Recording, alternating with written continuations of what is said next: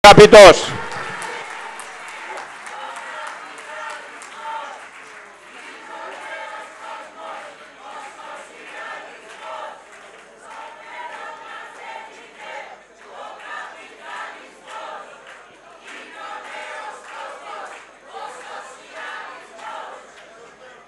Συναδέλφοι και συνάδελφοι, πριν ξεκινήσω, θα διαβάσω μία είδηση που τώρα εγώ τουλάχιστον την είδα από το NGR. Νομίζω ήταν αυτονόητο φυσικά αυτό που θα διαβάσω για μας. Ο Υπουργός Παιδείας εμφανίστηκε κατηγορηματικός ως προς το θέμα της αξιολόγησης. Δεν υπάρχει περίπτωση να βγω και να πω ότι παγώνει η αξιολόγηση. Η κοινή γνώμη είναι απέναντι και έχει δίκιο. Αξιολόγηση σημαίνει ποιος προσφέρει στα παιδιά μας, ανέφερε. Ενώ ρώτησε τον πρόεδρο της ΟΛΜΕ ποια είναι η πρόταση των εκπαιδευτικών στο ζήτημα, να καταργηθεί ο νόμος, απάντησε ο Θέμης Κοτσιφάκης. Πετάτε την μπάλα στην κερκίδα, σχολίασε ο κύριος Λοβέρδος. Αυτό το αναφέρω και επειδή δεν είμαι πολύ καλός με τα ηλεκτρονικά, για να μπορέσω έτσι να την ακούσετε και εσείς. Εγώ δεν είχα αυταπάτες, συμμετείχα στη συνάντηση με τον Υπουργό και κατάλαβα τις προθέσεις του. Άλλωστε ο κύριος Λοβέρδος, αν θυμηθούμε λίγο τις δηλώσεις, το 2011 είχε δηλώσει κατηγορηματικά ότι πρέπει επιτέλους να σταματήσει 1 εκατομμύριο δημοσίων υπαλλήλων να ταλαιπωρεί τα 10 εκατομμύρια Ελλήνων. Το λέω αυτό γιατί σίγουρα πρέπει να συζητήσουμε για την πολιτική. Γι' αυτό λοιπόν ξεκινάω δείχνοντάς σας ένα δημοσίευμα, δεν είναι από καμιά αριστερή εφημερίδα, που λέει «Εφιάλτης, 213 εκατομμύρια άνεργοι σε 5 χρόνια. Παγκόσμια έκθεση, σοκ, 4 εκατομμύρια έμειναν χωρίς δουλειά μέσα στο 2013 και έπεται συνέχεια». Αυτό, συνάδελφοι, είναι ο καπιταλισμός. Βρισκόμαστε στη δίνη δηλαδή μιας πρωτοφανούς επίθεσης του καπιταλισμού που θέλει να διασφαλίσει και να διευρύνει τα κέρδη του. Βρισκόμαστε στη δίνη μιας επίθεσης που τσαλαπατά χώρες, λαούς, δικαιώματα και ζωές, με στόχο την επιβολή μιας παγκόσμιας τάξης που θα επαναφέρει τους λαούς, τις κοινωνίες και τους ανθρώπους σε ένα νέο μεσαίωνα. Βρισκόμαστε στη δίνη μεγάλων καπιταλιστικών ανταγωνισμών για την πολιτική, οικονομική και γεωγραφική κυριαρχία. 4 χρόνια τώρα στη χώρα μας καταργούνται κατακτήσεις ενός αιώνα με εξαιρετικά βίαιο τρόπο. Με εργαλεία το χρέος, τα δημοσιονομικά ελλείμματα, επιχειρεί το κεφάλαιο να φορτώσει το βάρος της κρίσης στις πλάτες των εργαζομένων για να πετύχει ένα νέο κύκλο αύξησης της κερδοφορίας τους. 4 χρόνια τώρα οι άνεργοι, η νεολαία, ο λαός ζουν την επέλαση της βαρβαρότητας. Ανατρέπονται εργασιακές σχέσεις, καταργείται η κοινωνική ασφάλιση και το δικαίωμα στη σύνταξη, διαλύεται η δημόσια δωρεάν εκπαίδευση, ιδιωτικοποιείται ή ξεπουλιέται κάθε κοινωνικός πλούτος. Συνάδελφοι, συναδέλφισες, 2 κόσμοι είναι μπροστά μας, 2 κόσμοι χωριστοί και αντιμέτωποι, οι 2 Ελλάδες της ασυμφιλίωτης ταξικής πάλης. Λίγες φορές η αντιπαράθεση είχε πάρει τόσο ξεκάθαρο χαρακτήρα. Από τη μια οι καθαρίστριες του Υπουργείου Οικονομικών, μια χούφτα γυναίκες με τον περήφανο αγώνα τους έχουν ξεφτυλίσει υπουργούς, υπηρέτες του κεφαλαίου και της Τρόικας, και από την άλλη ο Γκίκας Χαρδούβελης που σφράγισε τον ερχομό του στο Υπουργείο Οικονομικών με ακόμα ένα ξυλοδαρμό των καθαριστριών από τα ΜΑΤ. Στο πλευρό του δηλαδή οι ένστολες συμμορίας καταστολής με βασικό μέσο επιβολής μιας πολιτικής που δεν τρώγεται με τίποτα. Από τη μια ο αγώνας της καθαρίστριας για τη δουλειά της και το ψωμί των παιδιών της, και από την άλλη ο δικαστικός αυτοματισμός που σπέβδει ξανά στο πλευρό της κυβέρνησης και του συστήματος. Από τη μια οι εργαζόμενοι της χαλιβουργίας, της ηρωικής 9μηνης απεργίας, και από την άλλη το Ανώτατο Συμβούλιο Εργασίας ή καλύτερα Ανεργίας, που αφού συστάθηκε με συμφωνία της ΓΕΣΕ άναψε το πράσινο φως για τις πρώτες μαζικές απολύσεις μετά από 30 χρόνια. Απ' τη μια οι απολυμμένοι της ΕΡΤ και ειδικά όσοι αγωνίζονται και κρατούν ανοιχτή την άλλη ενημέρωση και την προοπτική ενός πραγματικού δημόσιου φορέα ενημέρωσης, και απ' την άλλη η πολιτική του μαύρου, του αποφασίζουμε και διατάζουμε. Απ' τη μια οι διοικητικοί των ΑΕΗ που απεργούν και διεκδικούν το δικαίωμα στη δουλειά και απ' την άλλη το τσεκούρι του κύριου Μητσοτάκη. Από τη μια ο καθημερινός εφιάλτης εκατομμυρίων ανέργων, απλήρωτων και πάυτοχων εργαζόμενων που κοιμούνται και ξυπνούν χωρίς ευρώ στην τσέπη, και απ' την άλλη ο φύλακας του ευρώ, ο κύριος Προβόπουλος, που αγωνιούσε με ποιο νόμισμα τα ξυπνούσε. Συνάδελφοι και συναδέλφισες, όσοι νόμιζαν πως στις 25 ψηφίζουμε, στις 26 φεύγουν, βλέπουν τώρα πως τα πράγματα είναι πολύ πιο σύνθετα. Βρίσκονται αντιμέτωποι με το σύνολο του σιδερόφρακτου αστικού συστήματος, με τα νέα άγρια κύματα της αντιλαϊκής επιδρομής. Όσοι νόμιζαν πως η συγκυβέρνηση της καταστροφής έλαβε το μήνυμα και η κατάσταση θα αρχίσει να βελτιώνεται, διαψεύδονται. Και όσοι απελπίζονται και λένε δεν γίνεται τίποτα, βλέπουν τις ηρωικές καθαρίστριες να ορίζουν ξανά τι σημαίνει ανυποχώρητος αγώνας. Τι σημαίνει να κερδίζεις συλλογικά μέσα στον αγώνα την αξιοπρέπειά σου και έτσι να διεκδικείς το δίκαιο σου στη δουλειά και στη ζωή. Και όλοι μαζί νιώθουμε πως πάμε σε μεγάλες συγκρούσεις, πως τίποτα δεν τέλειωσε. Όλα είναι εδώ, μόνο που χρειαζόμαστε ένα κίνημα που δεν θα κάνει αγκαρία και θα οδηγεί σε διαπραγμάτευση για την ήττα. Και αυτό το λέμε γιατί είναι καθήκον μας να αντιπαλέψουμε όλα όσα έχουν επιβάλει μέχρι τώρα.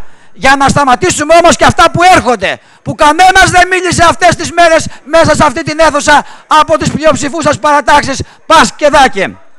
Πριν λίγες μέρες, συνάδελφοι, δημοσιοποιήθηκε η έκθεση του Διεθνούς Νομισματικού Ταμείου, που είναι ένα άλλο χαστούκι για τη χώρα μας. Καταγράφει αναλυτικά αυτά που έχουν υπογράψει οι σύγχρονοι Τσολάκογλου, τεινάζοντας στον αέρα όλα τα προπαγανδιστικά ψέματα που συμβαίνουν στον ελληνικό λαό. Χαστούκι όμως είναι για τους εργαζόμενους, αν τους επιτρέψουμε να επιβάλλουν αυτές τις πολιτικές. Πέρα δηλαδή από τα τεράστια ελλείμματα που έχουν εμφανίσει ως ελλείμματα του κόσμου της εργασίας και ζητούν να πάρθουν και νέα μέτρα, βλέπουμε να μιλούν για δισεκατομμύρια, που αυτά φυσικά σημαίνουν ακόμα πιο μεγάλη φτώχεια, ακόμα πιο χαμηλούς μισθούς, ακόμα πιο μεγάλη εξαθλίωση των ίδιων των εργαζόμενων, κατάργηση όλων των κοινωνικών αγαθών που έχουν μείνει στο απειρόβλητο μέχρι σήμερα, όσα έχουν μείνει.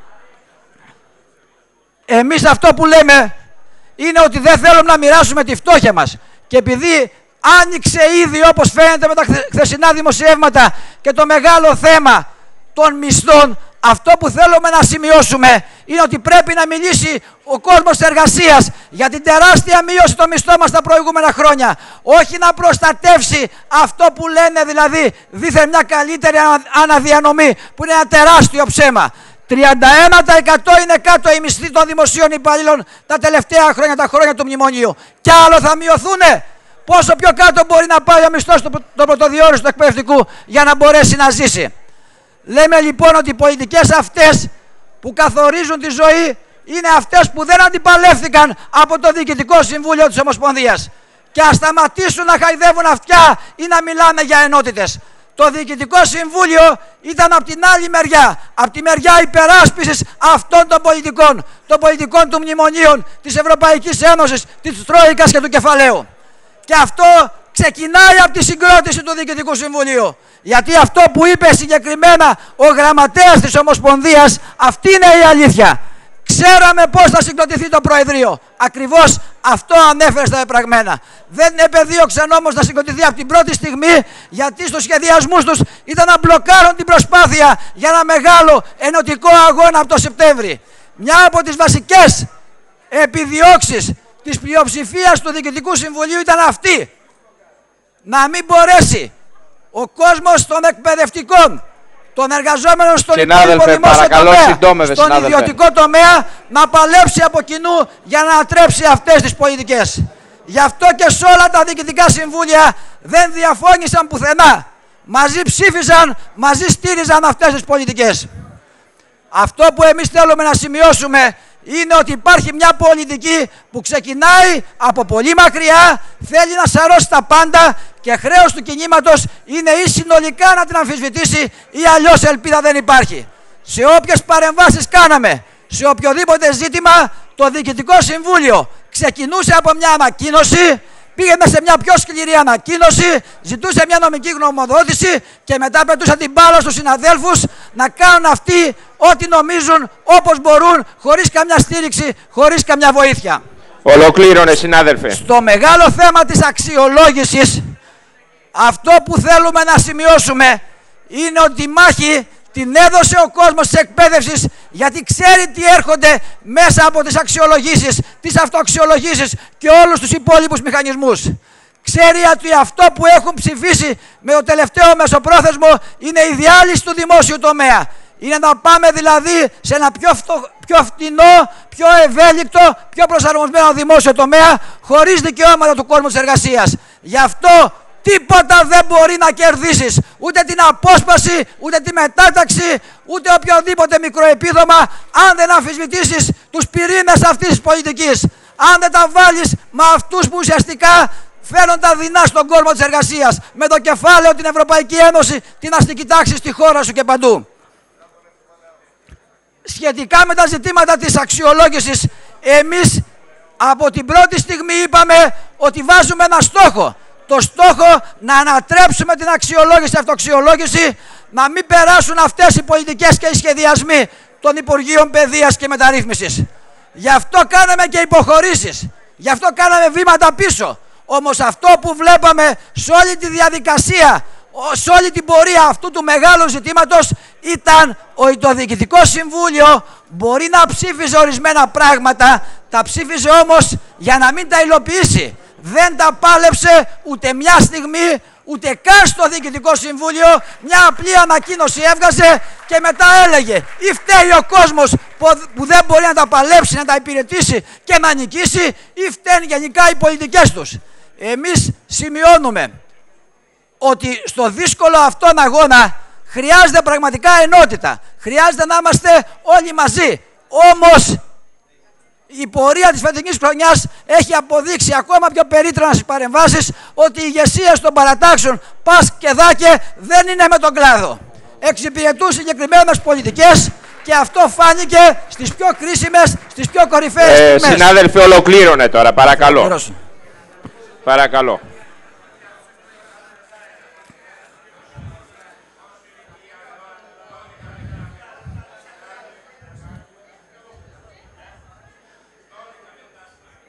Συνάδελφοι και συναδέλφισες,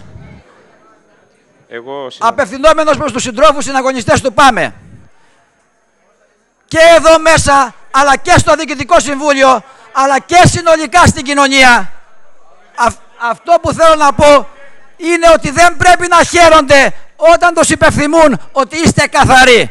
Εννοούν ότι είστε ακίνδυνοι.